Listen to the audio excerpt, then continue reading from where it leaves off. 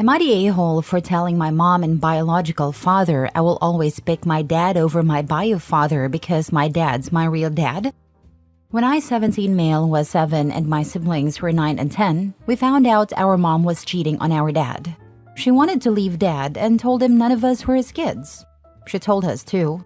She said the guy she was leaving to be with was our real dad and that we should all be a family. Dad said we were his kids and that we'd do DNA tests, but it wouldn't change how he felt about us. My siblings got lucky. Dad was their biological father. But the other guy turned out to be mine, which really messed me up because I hated knowing I was connected to this random dude. Mom got what she wanted by having at least one of us be this guy's kid. I know she'd have preferred all of us, but even just me seemed to make her so happy. Dad was on my birth certificate and fought to have 50-50 custody of me, just like he had with my siblings. I think my siblings being biologically his worked in our favor with the judge deciding on this unusual custody battle and Dad sharing custody of all 3 of us. My mom and Vince fought the decision and they got a guardian ad litem involved, as well as someone from CPS or another agency. The decision stayed the same. It was agreed that this was the best outcome for me by the new people involved. Mom and Vince did everything they could to try and win me over to Vince. And they tried with my siblings too, but mostly with me, since Vince didn't really care about my siblings because they weren't his biological kids.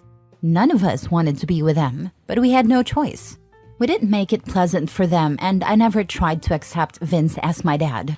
That was something Mom told me I should do, but I always replied that I already have a dad, and Vince would never be him. I never chose Vince over my dad, even though Vince has tried very hard to create our thing with me. I was always clear that I wasn't giving him a chance. It's a fight that has never ended.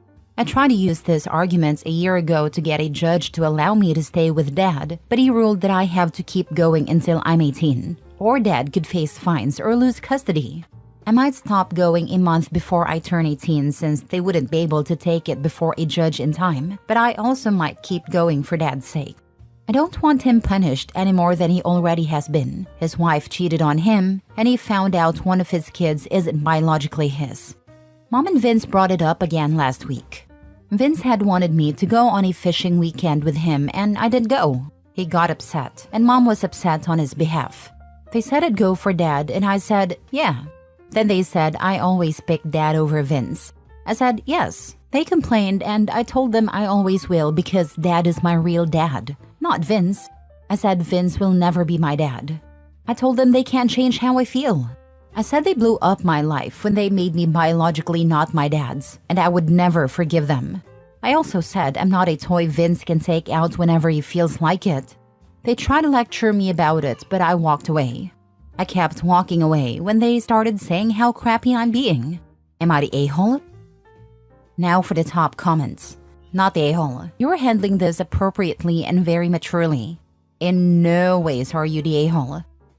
It's very commendable how he's handling the situation. OP's mom and Vince are trying to guilt trip him into a relationship he doesn't want. His loyalty to his dad is completely justified given how much he's done for him. Not the a-hole. Sometimes DNA means nothing. In some cases, Dad is the one who raised you, not the sperm donor. Of course that's not true all the time, but in your case it is. My wife's son chose me at 7 years old. He took my name and all I stand for. He tells everyone he's Scots-Irish. He's 100% Mexican. He's 50 now and sticking to his guns. Not the a-hole. Tell your mom she should be proud you have chosen to align with and emulate your dad versus her chosen partner. Most parents would be thankful their children are taking the ethical high ground instead of the path of least resistance. It sounds like your mom was cheating on your dad for over 10 years and then used it as a weapon to hurt your dad and try to punish him for her mistakes by removing access to his kids. She sounds spiteful, selfish, and like an emotionally unhealthy person. Next story. Am I the a-hole for not wanting to go to my stepdad's funeral? I, 20 female, recently found out my stepdad, James, passed away. And honestly, I don't want to go to the funeral. My mom and some of my family are all over me about it, saying I'm being selfish and disrespecting the dead, but I just can't bring myself to go. James married my mom when I was 7, and from day one, he made it clear he didn't want me around. He would call me a burden and say I ruined his life by trapping my mom. I swear the man only saw me as a maid or free childcare. While my mom worked long shifts to keep the house running, James would sit around barking orders at me. I wasn't allowed to be a normal kid. No friends over, no hobbies, no school activities, because there was always something I had to clean or fix. And God forbid I didn't do it perfectly. He'd yell, call me lazy, and sometimes even throw things to prove a point. It got worse as I got older. By the time I was 15, I was cooking every meal, scrubbing the house top to bottom, and basically raising my little brother. My mom would just say things like, it's his way of showing love, or his trust. The day I turned 18, I left and didn't look back. I got my own place, worked my butt off, and started building a life for myself. I've barely spoken to James in 2 years, and honestly, I didn't plan to. But now that he's gone, everyone expects me to show up like nothing happened. My brother said I should suck it up because he's not worth causing drama in the family. But I can't. The thought of sitting there, listening to people talk about what a good man he was, while knowing everything he put me through, makes me sick. I don't even know if I'd be able to keep my mouth shut. Still, now I'm starting to feel bad. Maybe I should go just for my mom? But at the same time, I feel like it's unfair that I have to pretend this guy didn't ruin my childhood. So, am I the a-hole? Not the a-hole. You have the freedom to choose what you believe is best for you. You're right, and that's what I'm going to choose no matter what anyone else says. Cut off the dead weight. Your mom hasn't supported you since you were 7 years old. You moved out and are doing good for yourself. Don't jeopardize all your hard work and mental health for people who haven't gave a damn about you since you were little. Not the a-hole. Funerals are for the living. The dead don't care. They're dead. If there is no benefit in attending it, don't attend it. There will be no benefit in attending only bad memories of my childhood. Not the a-hole. You owe your mother nothing. She's just as complicit for how you were treated. She knew that you had to do everything around the house, and she made excuses for her rotten husband. Time to make your excuses and not to go to the funeral. She never took my side and never protected me like a mother should do. Might be time to go low or no contact for a while. Best thing I ever did for myself. Maybe you're right about going no contact with the rest of them. Next story. Am I the a-hole for inviting my grandparents to see me get an award, but not my parents and step-parents? My parents divorced when I 16 male was 4. I don't know why or what their marriage was like.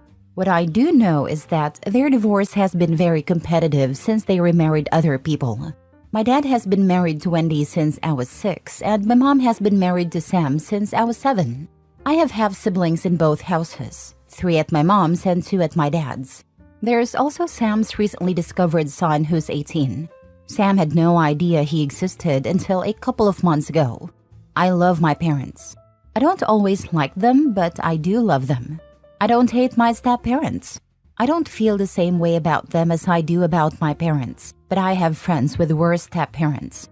Neither set, as in mom/stepdad or dad/stepmom, feels like my collective parents, and the 4 together definitely don't. My mom and dad are my parents, but sometimes I feel less like their kid and more like a pawn or something. I'm always asked what it's like at the other parent's house, even now. Questions like, do I have fun there? Do they do X? Does this happen? Then I'll get asked if I like being there.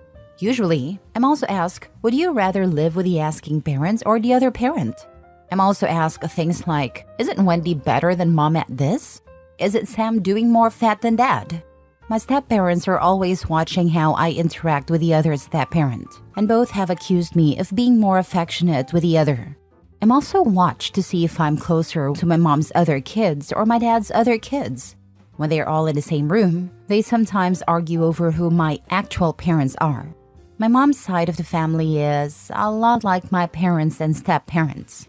They talk about how I should be a mama's boy and how they're surprised I didn't choose to live with mom and Sam more. My dad is an only child, but his parents, they're the best support I could ask for. They let me vent about all 4 parents, and they've spoken up for me to both mom and dad before.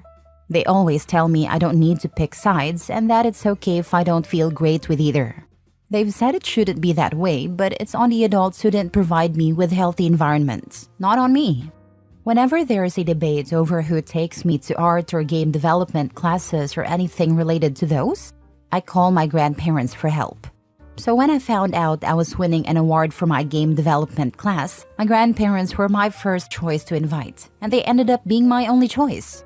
My parents had no idea it was anything other than a typical class. My grandparents took me out to celebrate afterward. It took 2 weeks for Mom and Wendy to notice the photos of the awards on Facebook and realize what had happened. Now Dad and Wendy and Mom and Sam are angry that I invited my grandparents instead of them. Am I the a-hole? Now for the comments. Not a-hole. Your grandparents sound like caring, supportive, and wise people. Your parents sound like typical divorced, remarried adults who often behave more like children. I think you made a right decision about who to invite to the award ceremony. They're the ones who always step up when you need to be driven to this extracurricular activity. Inviting them to attend was a respectful and thoughtful way to honor them. Now, if it were your high school graduation, I might not be quite so quick to agree. But in this case, I think what you did was entirely acceptable. In the future, you might consider doing your parents the courtesy of letting them know beforehand what is going on and that you plan to invite just your grandparents. At 16, you're approaching adulthood, and it's expected that you exhibit some independence in certain areas. Handling things like this is a good start. Stay close to your grandparents. They sound like good people. They've been around for a while and often have good advice to share and interesting stories to tell. I didn't want them to show up and ruin it anyway. That might not be the best reason not to say anything beforehand, but I know they would just see it as a reason to show up, and then they'd fight over me again. They could have gone without me inviting them since tickets weren't required or anything. I'm seriously considering skipping my graduation ceremony in a couple of years. I could collect my diploma early like some kids do, and just skip the whole event since it would probably be more stressful than enjoyable for me. My parents and step-parents aren't great at being supportive in the moment because they're too busy fighting and competing for me. It makes me wish I didn't live with any of them. My grandparents are amazing. They tell cool stories and seem to have reached a level of maturity that I'm not sure either of my parents or step-parents will ever reach. Jesus, your life sucks. Good news is you have awesome grandparents. Just 2 more years of being a minor and you are free to carve out the life you want and know the persons you don't want to be. My life could be worse, and I totally understand that. But it sucks being caught in the middle where you have to ask whether any of the 4 actually care about me or whether they just dislike each other so much that I am an easy pawn. Last story. Am I the a-hole for declining to bring my half-brother, shared mother, to family functions on my father's side? This is an old issue between me, 40 male, and my family, but it's been brought up again due to some current family drama. Long story short, my parents had a messy divorce when I was 14. My mother really resents my dad's side of the family. She thinks they always looked down on her. On the other hand, my dad's side doesn't like her because of past issues and because she cheated on my dad before the divorce. I don't want to give too much backstory to avoid clouding the issue, but suffice it is to say the divorce was really hard on me and my younger brother. Our parents didn't want to talk to each other, so we were used as messengers and put in the middle of a crappy situation. Fast forward a couple of years, my mother remarried and had a son. My brother and I were 17 and 14 at a time, so it's not shocking that we weren't thrilled about adding a baby to the family, especially when money was already tight, and both my mom and stepdad worked. Basically, we were, voluntold, into babysitting duties a lot, and we were also expected to pull more weight around the house than I felt was fair.